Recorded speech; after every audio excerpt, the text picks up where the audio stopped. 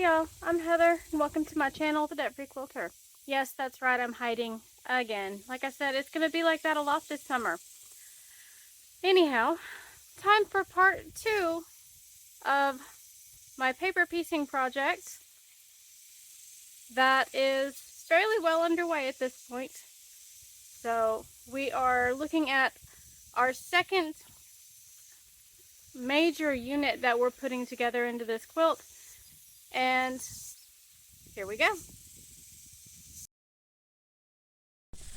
Quite honestly, I did not film as much of this as I probably should have, but y'all did not need to see me struggle while I was figuring this part out.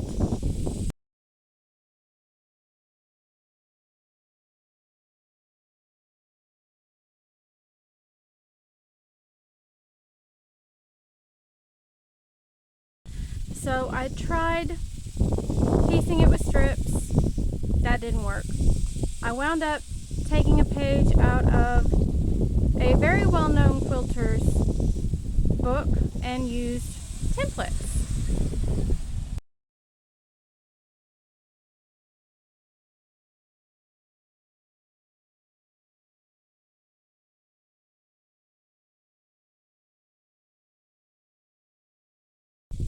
Now, why did I choose templates to do this? Really, I didn't have any other choice. But honestly, it did make it so much easier, and I do applaud this lovely quilter.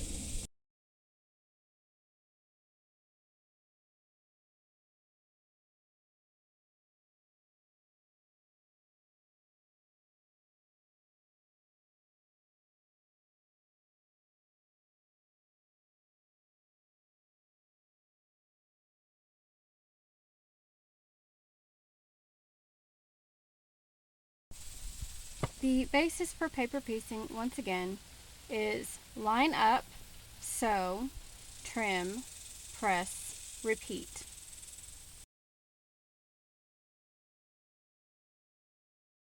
The tricky part is getting it from the table or the mat to the needle without it shifting.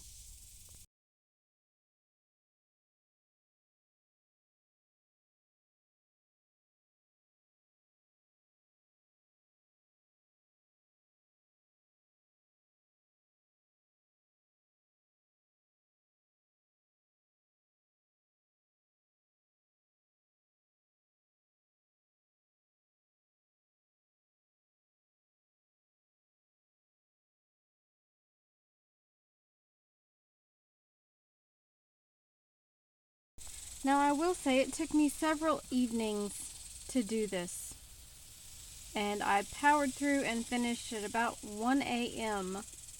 on the night that I finished filming this.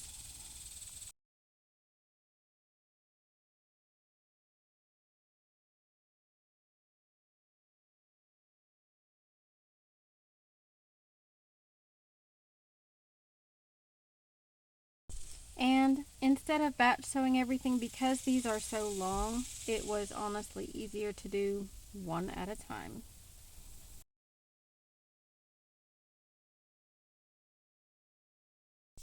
But it might have been less frustrating if I had done batch sewing.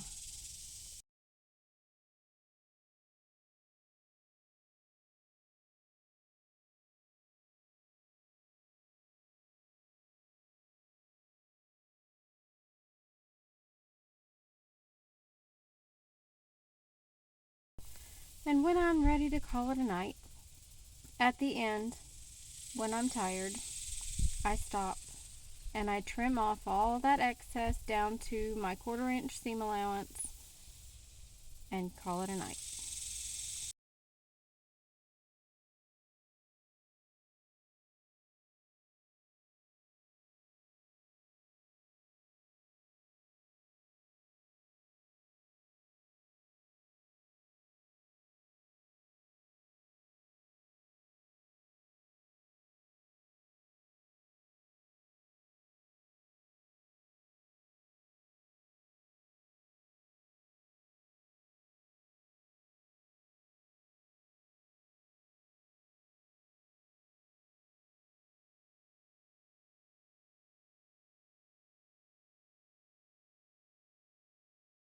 As in the last video, I have marked these in such a way that I know I need to go opposite directions when I'm putting these together. So you'll see me start from one end on some of them and the opposite end on the other. You can tell that by the colors that I'm using. Orange is on one end, blue is on the other. And depending on which end I start with is which way my seams are going.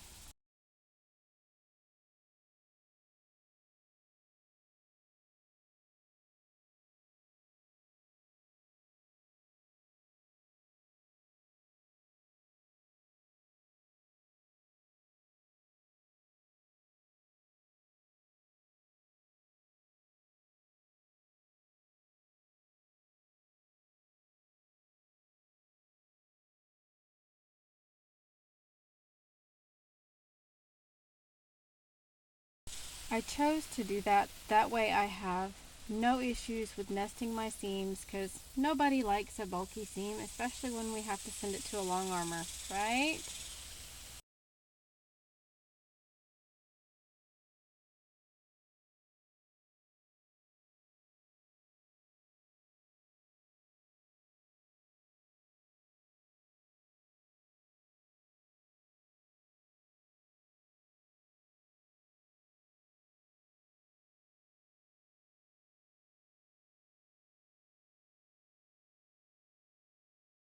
And finally, it's time to trim all of the rest of these down to their 1/4 inch seam and call it a night.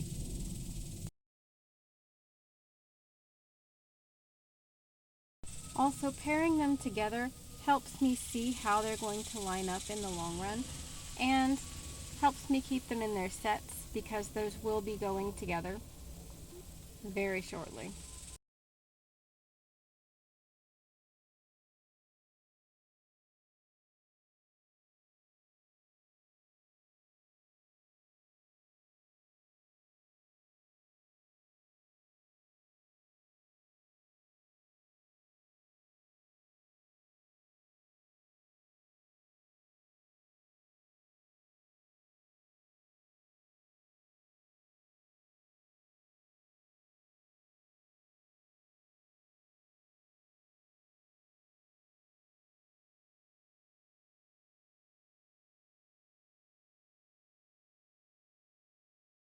Okay, and that's going to be the end of this video.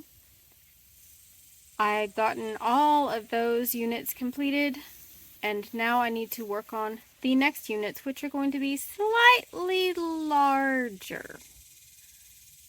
But we'll get there. I wanted to say, you probably noticed I did not trim the ends of those units yet. I will get there. I'm not there yet. I need to make sure all of my measurements will be correct once I get all the rest of those units finished, and I will move on to different units and more measurements, and I want all my paper piece and specialty blocks done before I cut anything else when I start assembling the entirety of the quilt. So, with that being said, have a great day, have a great week. Thank you for watching, and we'll catch you in the next video. Bye!